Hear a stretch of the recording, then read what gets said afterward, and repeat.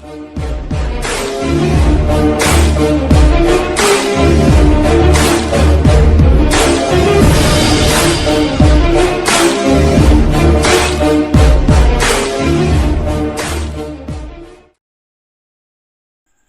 Dear candidate, आप सभी का स्वागत है हमारे चैनल नो इट ऑल पर। आज हम आपको डिस्कस करेंगे कॉन्स्टिट्यूशन का पार्ट 3। मैंने पहले आपको स्टार्ट किया था बेसिक कॉन्स्टिट्यूशन यानी संविधान सभा कॉन्स्टिट्यूशन असेंबली, और अब इसके पहले दूसरा जो लेक्चर था वो था प्रेम्बल ऑफ कॉन्स्टिट्यूशन, और आज का जो लेक्चर है वो है आपका फंडामेंटल राइट्स यानी कि मौलिक अधिकार। अब बात करते हैं कि मौलिक अधिकार क्या है।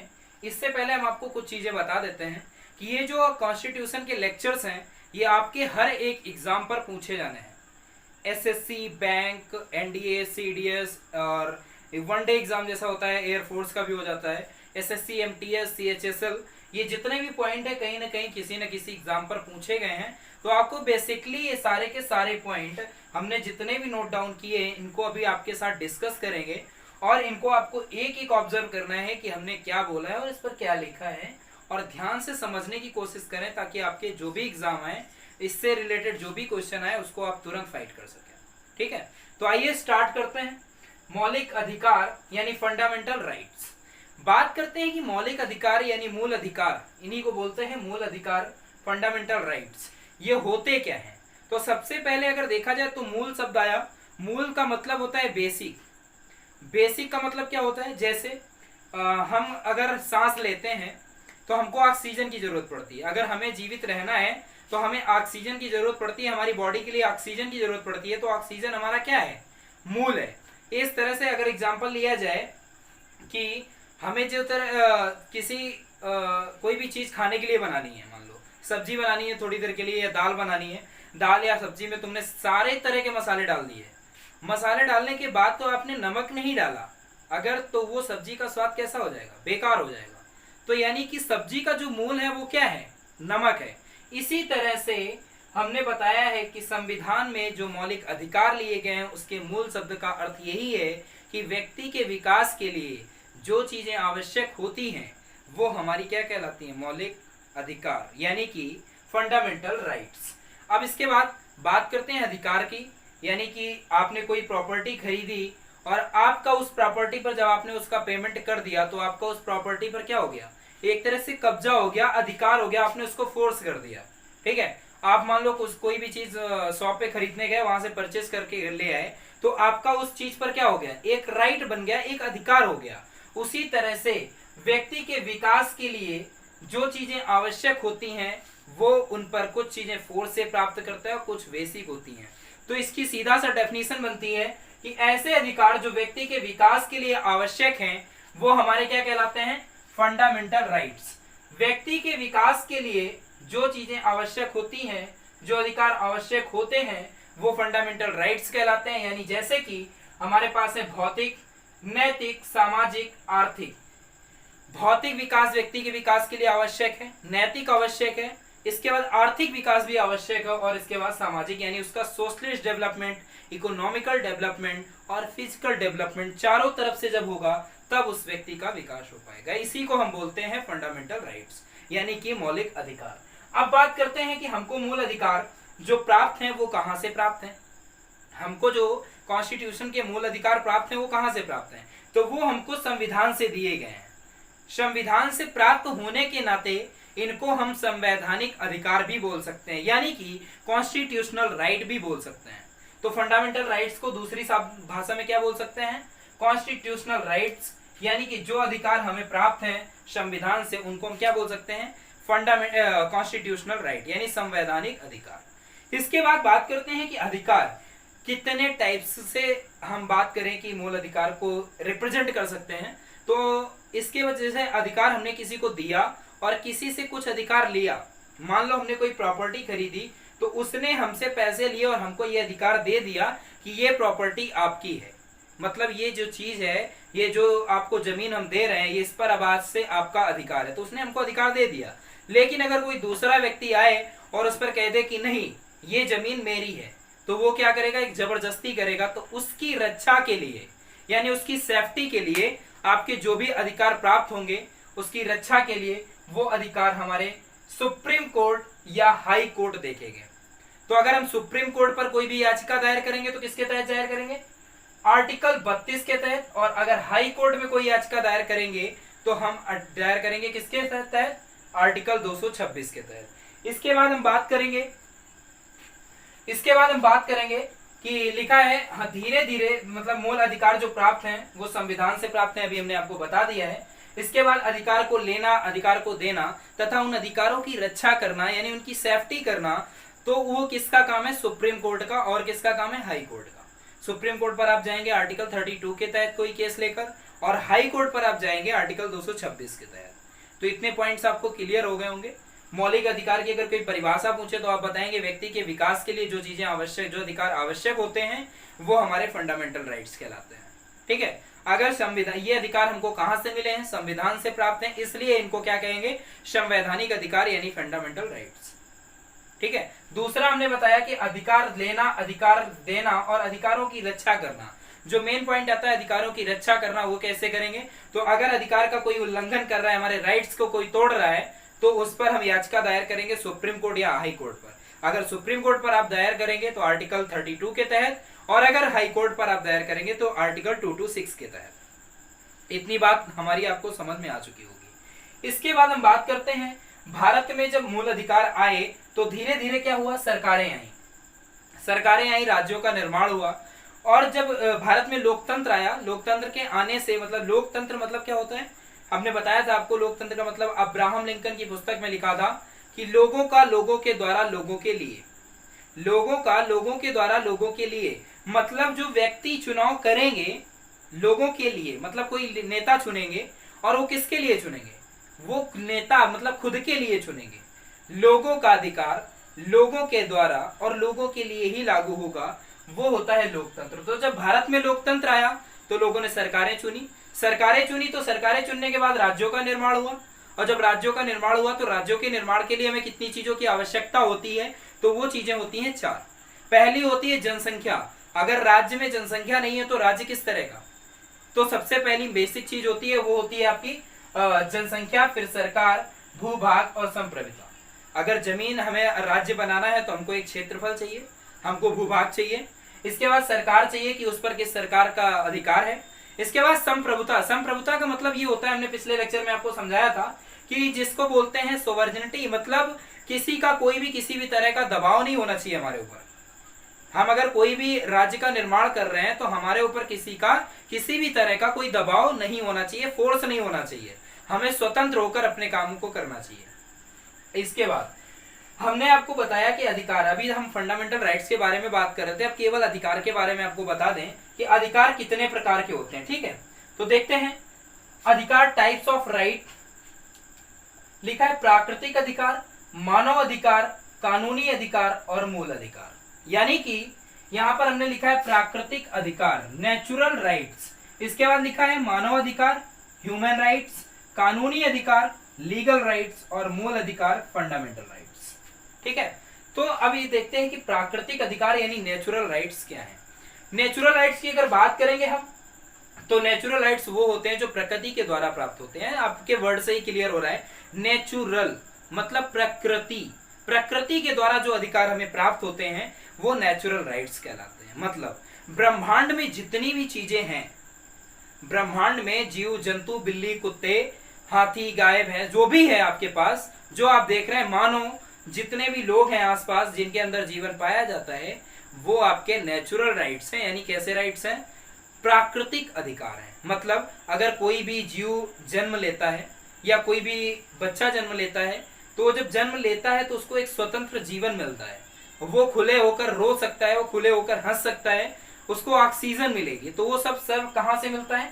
नेचुरल राइट से, यानी कि हमें मिलता है प्राकृतिक अधिकार से।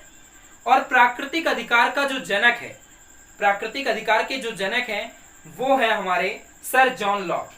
प्राकृतिक अधिकार का जनक किसको माना जाता है? सर जॉन लॉक को। ये क्वेश्चन बहुत पूछा जाता है कि प्राकृतिक अधिकार का जनक किसे कहा जाता है, तो आपको आंसर पे क्लिक करना है, सर जॉन लॉक। किसको माना जाता है? Sir John Locke. इसके बाद इन अधिकारों की कोई लिमिट नहीं होती है, मतलब नेचुरल राइट्स की कोई लिमिट नहीं होती है, वो अनलिमिटेड होते हैं। और न्यायालय पर इनकी कोई भी किसी भी तरह की याचिका आप दायर नहीं कर सकते हैं। मतलब कोई भी किसी भी तरह का कोर्ट, सुप्रीम कोर्ट या हाई कोर्ट पर आप कंप्लेन नहीं कर सकते हैं। मतलब किसी भी प्रकार की आप न्यायालय को चुनौती नहीं दे सकते हैं। ठीक है, तो आपका जो क्वेश्चन पूछता है वो ऐसे पूछता है कि ऐसा कौन सा अधिकार है जिसके लिए हम न्यायालय पर चुनौती नहीं दे सकते हैं, तो वो है हमारा नेचुरल राइट यानी प्राकृतिक अधिकार। इसके बाद आता है मानवाधिकार यानी ह्यूमन राइट्स। मानव अधिकार ह्यूमन राइट्स मतलब सिर्फ और सिर्फ मानव के लिए जो अधिकार प्राप्त हैं, मतलब सिर्फ और सिर्फ मनुष्य के लिए जो अधिकार प्राप्त हैं, बिल्ली के लिए नहीं, कुत्ते के लिए नहीं, सिर्फ और सिर्फ मानव के लिए जो अधिकार प्राप्त हैं वो हमारे क्या कहलाते हैं, ह्यूमन राइट्स। और ह्यूमन राइट्स को संविधान में लाया गया था, इनका जिक्र भी किया गया था। तो कब किया गया था इसकी बात करते हैं। जब 1945 में हमारा यूएनओ बना था, यूनाइटेड नेशन ऑर्गेनाइजेशन, एक बहुत बड़ी संस्था बनी थी, उसके तहत इस पर मानव अधिकार को सन 1948 में एक चार्टर के तहत मानव को ये अधिकार प्राप्त हुए थे, यानी ह्यूमन राइट्स प्राप्त हुए थे। कब? एक यूएनओ ने ये दस्तावेज जारी किया था, उसके तहत ये पास हुए थे, जिनका लिखा है ह्यूमन राइट्स, ये मतलब इसका मानव होने के नाते प्राप्त अधिकार। यहाँ पर आप देख लो, हमने लाइन पे लिख दिया है, मानव होने के नाते प्राप्त अधिकार मानव अधिकार कहलाते हैं। यानी 10 दिसंबर को मानवाधिकार दिवस के रूप में भी मनाया जाता है। और ये अधिकार 1948 के यूएनओ के एक चार्टर के माध्यम से विश्व के सभी मानवों को प्राप्त है। मतलब यूएनओ के 1948 में एक चार्टर पेश किया जिसमें विश्व के सभी मानवों को ये अधिकार प्राप्त हुए। ठीक है, तो ये हो गया हमारे ह्यूमन राइट्स की बात। ह्यूमन राइट्स का मतलब ये भी कह सकते हैं कि मानवाधिकार, मानव के पास अब अधिकार होते क्या क्या है। मानव अपने इच्छा अनुसार कोई भी काम कर सकता है। मतलब आप कहीं पर खड़े हैं, आपको कोई भी अच्छा सा दिख जाता है तो आप क्या करते हैं, उसकी तरफ देखने लगते हैं। ठीक है, कोई भी खड़ा है मार्केट में, मतलब कहीं भी आप खड़े हैं, मान लो थोड़ी देर के लिए किसी क्लास में बैठे हैं, तो आपकी नजर उस बोर्ड पर नहीं होती है जहां पर टीचर पढ़ा रहा होता है, आपकी नजर कहीं और होती है। तो आप उस तरफ क्या कर रहे होते हैं, देख रहे होते हैं। सपोज दैट एक लड़की सामने खड़ी, आप उसको देख रहे होते हैं। लेकिन अगर उस लड़की को अपनी इच्छा अनुसार आप देख रहे हैं, मतलब आपको लगता है कि नहीं, आपकी नजरें वहां पर गलत नहीं है, आप उसको गलत तरीके से नहीं देख रहे हैं, आपके देखने का नजरिया सही है, that is called human right. और अगर आपका नजरिया गलत है तो आप उसके संवेदन मतलब मूल अधिकारों का उल्लंघन कर रहे हैं, मानव अधिकार का क्या कर रहे हैं, उल्लंघन कर रहे हैं। अगर आपकी नजरें वहां पर गलत हैं, आपके इरादे वहां पर सही नहीं है, तो आपके जो मानव अधिकार हैं, वो आपके जो कॉन्स्टिट्यूशन बोले मूल अधिकार है, उनका आप उल्लंघन कर रहे हैं। क्या कर रहे हैं, उल्लंघन कर रहे हैं। तो ऐसा आपको करना नहीं है। आप एक इच्छा अनुसार अपनी प्यार से सारी बातें शेयर कर सकते हैं, बात कर सकते हैं, जो भी है वो आपके पास अधिकार है। लेकिन आप सोचे कि नहीं, जोर जबरदस्ती, that is not properly method. ठीक है, तो इसके बाद आता है कानूनी अधिकार। ये चीज आपको समझ में आ गई होगी कि 1948 में यूएनओ ने एक चार्टर के तहत ये मानवाधिकार मानव विश्व के सभी मानवों को प्राप्त किए थे। ठीक है, और इसमें हमने एक चीज और लिखी है, बता दें आपको कि जो ये चार्टर है ये क्या है। तो अपने जब ये चार्टर जो है, इसके तहत एक प्रस्तावना और 30 आर्टिकल को डिस्कस किया गया था। एक प्रस्तावना और 30 आर्टिकल को इसी चार्टर में डिस्कस किया गया था, तब ये ह्यूमन राइट्स को लागू किया गया था। इसके बाद हम बात करते हैं कानूनी अधिकार मतलब कि लीगल राइट्स। अब लीगल राइट्स क्या होते हैं? लीगल राइट्स मतलब जो कानून के द्वारा प्राप्त अधिकार होते हैं वो हमारे कहलाते हैं लीगल राइट्स, मतलब कि कानूनी अधिकार। अब कानूनी अधिकार को हम अगर डिफाइन करना चाहें तो कैसे बताएंगे?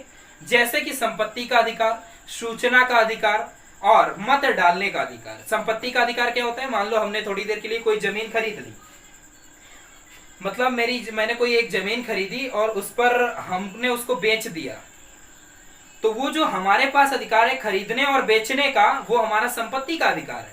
हमने अपनी संपत्ति को खरीदा, हमने अपनी संपत्ति को बेचा, तो ये मेरा संपत्ति का अधिकार है। यानी कि हमारे पास कानूनी अधिकार है कि हम ऐसा कानून के माध्यम से कर सकते हैं।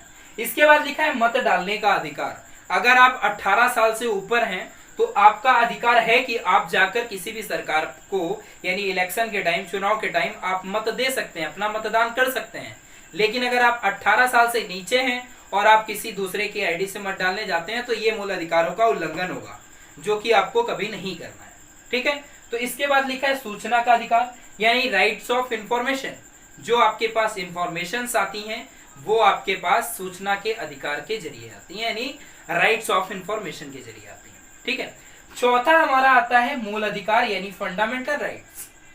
अब बात करते हैं कि मूल अधिकार क्या है संविधान में। तो मूल अधिकार वो है जो संविधान के भाग 3 में, संविधान के भाग 3 में अनुच्छेद 12 से 35 तक को डिस्कस किया गया है, वो हमारे क्या कहलाते हैं, फंडामेंटल राइट्स यानी कि मौलिक अधिकार। ठीक है, याद रखना है आपको क्वेश्चन कि भाग संविधान के भाग 3 और आर्टिकल 12 से 35 तक का जो डिस्कशन किया गया है वो हमारा आता है मौलिक अधिकार पर यानी कि फंडामेंटल राइट्स पर। यानी ये जो मूल अधिकार थे ये सबसे पहले कहां पर आए और सबसे पहले भारत से पर कहां से लिए गए। तो भारत पर तो सीधी सी बात है, जैसे प्रस्तावना ली गई थी अमेरिका से, वैसे ही वहां से मूल अधिकार लिए गए थे। इसी बीच आपको हम एक चीज और बता दें कि जब भारतीय संविधान बना था, जब हमारे भीमराव अंबेडकर जी ने इसको बनाकर तैयार किया था, ये भीमराव अंबेडकर जी को श्रेय जाता है, लेकिन इसको बनाया भीमराव अंबेडकर नहीं है। इसका जो प्रारूप तैयार किया था वो तैयार किया था बेनिकल नरसिंह राव। बेनिकल नरसिंह राव एक बहुत बड़े संविधान के बहुत ही ज्ञाता थे। उन्होंने ये संविधान का प्रारूप तैयार किया था, प्रारूप समिति तैयार की थी, और प्रारूप समिति का ही दूसरा नाम हमने बताया था आपको पांडुलेखन समिति। पांडुलेखन समिति जिसके अध्यक्ष यानी जिसका बाद में प्रारूप समिति का अध्यक्ष बनाया गया वो डॉक्टर भीमराव अंबेडकर को बनाया गया, क्योंकि डॉक्टर भीमराव अंबेडकर को भी बहुत संविधान के बारे में नॉलेज था। ठीक है, इसके बाद हम बात करते थे कि अमेरिका से हमारे मूल अधिकार लिए गए, यानी फंडामेंटल राइट्स कहां से लिए गए, अमेरिका से। अब देखते हैं कि विश्व में मूल अधिकार सबसे पहले कहां पर आए और इसके बाद कहां पर आए, इसके बाद पॉइंट बाई पॉइंट देखते हैं। तो सन 1215 ईस्वी में, सन 1215 ईस्वी में ब्रिटेन के एक राजा थे, उनका नाम था किंग जॉन।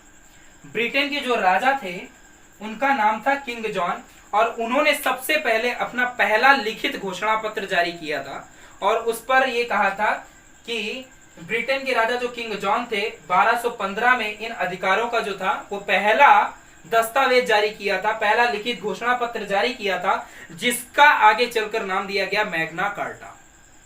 आपको याद रखना है कि मैग्ना कार्टा शब्द का उद्गम कहां से हुआ, मैग्ना कार्टा शब्द को कहां से लाया गया। तो सन 1215 ईस्वी में ब्रिटेन के राजा किंग जॉन ने जो अधिकारों को लिखा था, यानी पहला लिखित घोषणा पत्र जारी किया था, उसको हमने क्या कहा था, मैग्ना कार्टा। ठीक है, अब मैग्ना कार्टा हमने कहा था, तो उस मैग्ना कार्टा का मतलब क्या होता है, इस मैग्ना कार्टा को आपको समझा देते हैं। मैग्ना मतलब होता है महान, और कार्टा मतलब होता है एक तरह का चार्टर, यानी दस्तावेज। महान दस्तावेज जो जारी किया था वो था आपका मैग्ना कार्टा, और किसने जारी किया था, ब्रिटेन के राजा किंग जॉन। नाम आपको नहीं बोलना है। इसके बाद आते हैं कि संविधान में मूल अधिकारों को सबसे पहले किस देश पर लाया गया, किस देश के संविधान में मूल अधिकारों को सबसे पहले लाया गया, तो वो देश था अमेरिका यानी कि यूएसए। विश्व में सबसे पहले अमेरिका के संविधान में लिखित रूप से 1791 ईस्वी में मूल अधिकार जोड़े गए, जिसे बिल ऑफ राइट्स कहा गया। 1791 ईस्वी में अमेरिका के संविधान में मूल अधिकारों को लिखित रूप से जोड़ा गया था, और उनका नाम क्या दिया गया था, बिल ऑफ राइट्स। और ये उस दौरान जोड़े गए थे जब 1776 ईस्वी में ब्रिटेन से अमेरिका की एक संधि हुई थी, यानी कि एक क्रांति हुई थी। 1776 में अमेरिका की क्रांति हुई थी। उसी समय ये कहा गया था कुछ दिन बाद 1791 ईस्वी में, और इन अधिकारों को संवैधानिक रूप से जोड़ा गया था किस पर, अमेरिका के संविधान पर। इसके बाद हम बात करते हैं कि फ्रांस की क्रांति 1789 ईस्वी में, फ्रांस की क्रांति के बाद फ्रांस के संविधान में मूल अधिकारों को जोड़ा गया। 1789 ईस्वी में, 1789 ईस्वी में फ्रांस की क्रांति के बाद फ्रांस के संविधान में मूल अधिकारों को जोड़ा गया। अब फ्रांस की क्रांति में एक नारा दिया गया था, उस नारे का क्या नाम था, ये वही क्रांति है जहां स्वतंत्रता, समानता और भाईचारे का नारा दिया गया था। मतलब ये बोला गया था कि यहाँ स्वतंत्रता, समानता और भाईचारा होगा। तो ये कहां पर दिया गया था, फ्रांस की क्रांति पर। ठीक है, अब बात करते हैं, ये तो हमने विदेश की बात कर ली कि ये संविधान किस किस देश पर सबसे पहले है। इसके बाद बात करते हैं अपने भारत की, कि भारत पर संविधान में मूल अधिकारों को कब जोड़ा गया, कैसे जोड़ा गया। तो भारतीय संविधान के जो मूल अधिकार थे, लिखा है हमने, भारतीय संविधान के भाग 3 को अर्थात मूल अधिकारों को मैग्ना कार्टा कहा जाता है।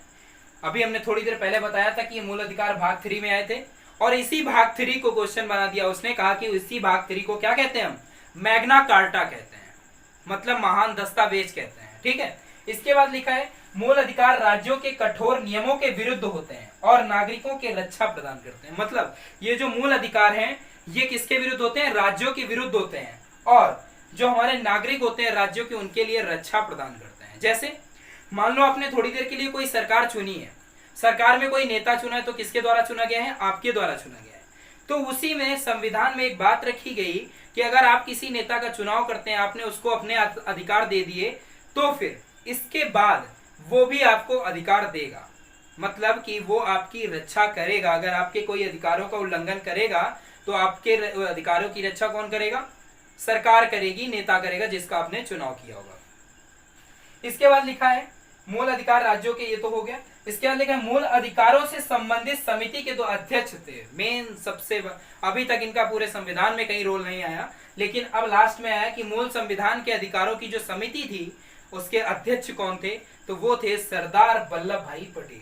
ये वही सरदार वल्लभ भाई पटेल हैं जिन्होंने आर्टिकल 370 जब हमने बताया था तो इन्होंने ही जाकर के जूनागढ़ का मामला निपटाया था। इधर आर्टिकल 370 जम्मू कश्मीर का मामला चल रहा था और उधर जूनागढ़ में इलेक्शन का टाइम था, तो इन्होंने थोड़ा बहुत लाठी डंडे की सहायता से, मतलब अपनी आर्मी ले जाकर के जबरदस्ती, मतलब एक तरह से जो भी बोला जाए, तो पाकिस्तानी जो आतंकवादी थे उन्होंने बहुत परेशान कर रखा था, तो इन्होंने जाकर उस पर कब्जा किया था। और ये बात सबको बाद में पता चली, तो जब ये बात यूएनओ पर आई तो इन्होंने साफ कह दिया कि नहीं, वो ऐसे ही आपस में थोड़ा बहुत झगड़ा हो गया था और उसको इस तरह से निपटा दिया और जूनागढ़ को कब्जे पे ले लिया। फिर लिखा था इनके मूल इनसे दिखते हैं कि सरदार वल्लभ भाई पटेल के बारे में, मूल अधिकारों से संबंधित समिति के जो अध्यक्ष थे वो थे सरदार वल्लभ भाई पटेल। अच्छा, सरदार वल्लभ भाई पटेल तो मूल अधिकारों की समिति के अध्यक्ष थे, लेकिन जो इनके सलाहकार थे, जो इनके एडवाइजर थे, मेन जो इनके सलाहकार थे, इनको बोलते हैं उप समिति के अध्यक्ष, वो थे हमारे जेबी कृपलानी।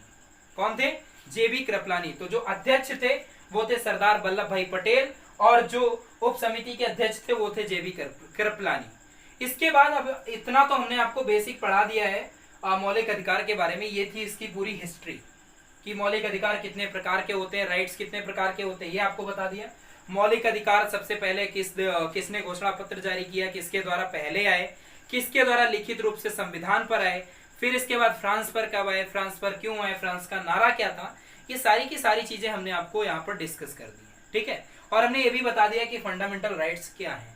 लेकिन ये अभी आपका पार्ट 1 है, अभी फंडामेंटल राइट्स का पार्ट 2 आना बाकी है, जिस पर हम आपके 12 से 15 आर्टिकल के बारे में, 12 से 35 आर्टिकल के बारे में डिस्कस करेंगे, यानी कि अनुच्छेद 12 से 35 तक के बारे में डिस्कस करेंगे। और इसी पर आपने पढ़ा होगा समता का अधिकार, ठीक है, देखने का अधिकार, ये सारे के अधिकार जो है समता का अधिकार है, जैसे 12 से 14 से 18 तक लिया गया था। तो ये सारी की सारी चीजें हम आपको अगले लेक्चर पर प्रोवाइड करेंगे। ठीक है दोस्तों, तो अगर आपको ये वीडियो पसंद आई हो तो आप इसको लाइक और शेयर करें और चैनल को ज्यादा से ज्यादा सब्सक्राइब करवाएं, ताकि आपका ये जो क्लासेस हैं ये ज्यादा लोगों तक पहुंच सके। इसके बाद आगे बात करते हैं अगले लेक्चर पर। जय हिंद दोस्तों।